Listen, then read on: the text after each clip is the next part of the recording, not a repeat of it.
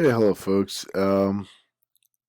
This video we will be talking about declaring and using variables and arithmetic operations. So this might be a little longer. I'll try to keep it less than 10 minutes long. Um, this is very interesting one. How do you declare variables in Python? Um, Multiple ways to declare. We already know the different types of information, your number information, your string, and the Boolean type. But we'll getting into more details on this one, right? So the first thing that we want to do in here is this. We want to talk about storing values in a variable and displaying value in the type, even though we know that already. That's something. Let's see that. So what are we doing in this statement? So we are printing that, okay, that's what we are doing. That's number one. Print number, integer, int type of information, x equal to 2. We'll store 2 in x as an int. Print x, it will print the value. Type x, it will print the type of x, which will be int class. So let's just save and run this guy. When you run this code, you see that storing value in a variable, displaying value and type, number integer, so number is 2, class is int, so we're good so far. Let's see the next part. Now we're doing the decimal number. We're doing 29.8 in Q. It's going to store 29.8 as a float. It will print that. It prints its type. And here I'm just doing a print to throw a blank line there. So, and here we go. Before we did int, and now we did float.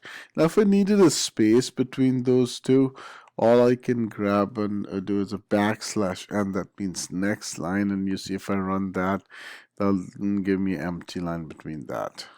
I think it just makes sense to do that. So next, I'm gonna show is the information, and I'll again do backslash n. That's the information of type string. Welcome to Edison Codes. And there that goes. And we have that. I have two lines of, I had a blank line, so I don't need backslash n.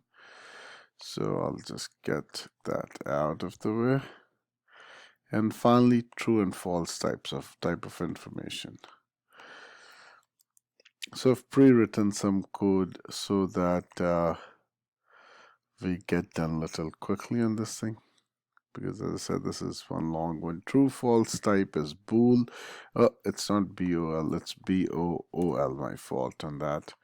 So your type is bool. Okay, so first thing first, we figured out storing values in a variable and displaying value and the type. So we did that. Now number two we'll go to. And number two is, I'm combining all this information in one sentence, and how can I do that? I want to convert int value to string in order to display it using print.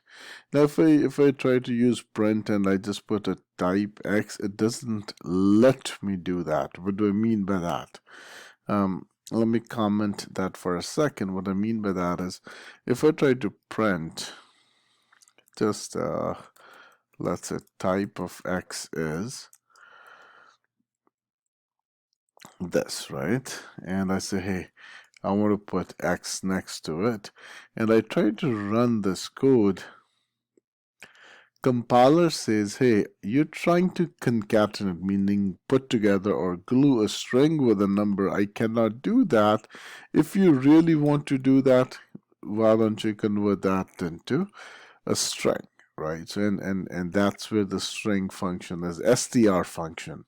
Now it's all okay. So that's what is being explained in here, and you see that. Good. So here I'm converting x, type of x, to a string, and here I'm converting x to a string, just to glue them all together as a statement. So that's that.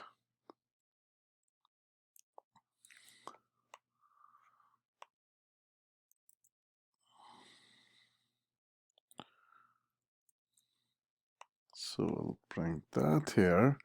Now what are we talking about is changing value stored in a variable. Now remember my x here was 2, then I'm changing that to 7. What happens to x and what happens to that value 2? That value 2 is overridden. X is like a memory, like a variable is like a box where you can store only one value at a time. When you put the next value in there, previous value gets erased, right? So it's not there anymore. It gets overridden. So now x is 7. If I run this code, you'll see it will give me x. The value stored in x now is 7. So it overrides the previous value, stores a new value. Good.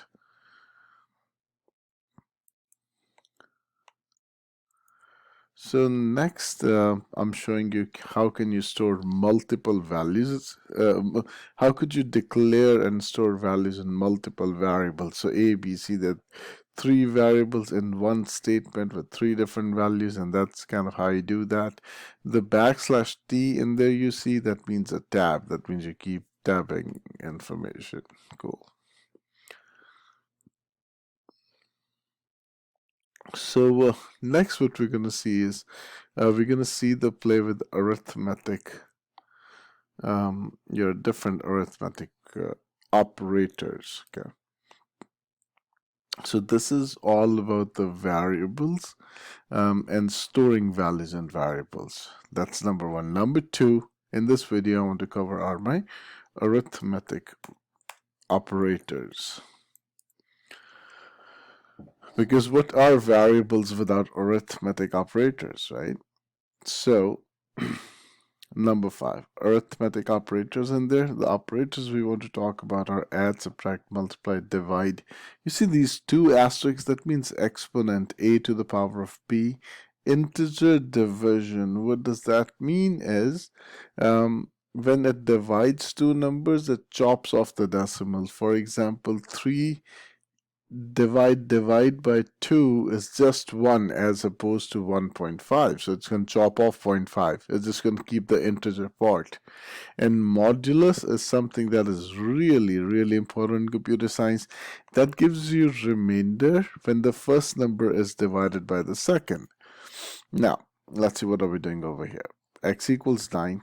X plus 5 equals x. Now what you need to know here is, which compiler cannot show you, but you need to understand, compiler will evaluate right side of the expression first. So it will do x plus 5 first.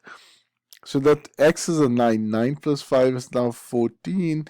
And then it will update x to be equal to 14. And then when you print that, that should give you x equal to 14. So let me just run that real quick.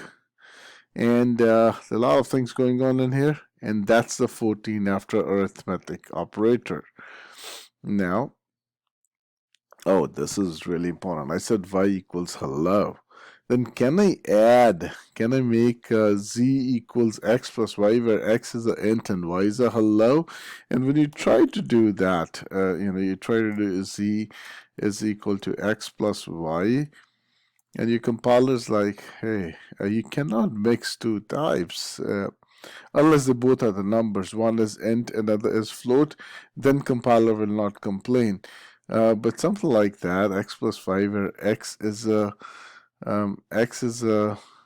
int, and where am I? Oh, sorry, I was far up, right? So unsupported operand types for plus, int, and str. So for plus, being the operator here, the operands x and y must be of the same type. If they both were strings, it will glue them, that plus. Now, if they both were numbers, it will add them. Since one is string, one is string and another is number, compiler does not know what to do and gives you an error. And next, add. Add is simple, as it should be. Z is equal to 3.45. It adds int and a float to make a new float as a. Divide. 3 divided by 2 gives you 1.5. No issues, just normal division. Integer division, as I was telling you before, when you do b equals 3 divided by 2, that outputs 1. So, when there's an integer division, let's just run this guy. So integer division, that just gives you 1. And modulus. Modulus gives you remainder when first number is divided by second. Now 8 divided by 6, that gives you a remainder of 2, right? So 6 times 1 is 6, then 8 minus 6 is 2. So the output of that one is 2 here. I'm giving you example using a loop for int I. For I in range 1 to 14, so I is going to take all those values one by one, and I'm displaying what will be the modulus value, right? So if you see that, when I do 1 modulus x, I get 1 because 6 times 0 is 0, remainder is 1. So just keep seeing the remainder, and as I say over there too, your remainder will always be less than the number you're dividing by. So that's that, and a couple of more things. I know I'm going over 10 minutes. That's the limit I like to keep on my videos. So exponents. 2 asterisk 3 means 2 to the power 3. That's going to output 8. That's what that is there. And your exponents could also work with the decimal numbers, and that's what your 2 to the power 3.2 gives you a big number. You can use a format inside the print to round it to 2 decimal places. So, that's how that is. So that's all for the declaring using variables and the arithmetic operators. See you in the next video. Thank you.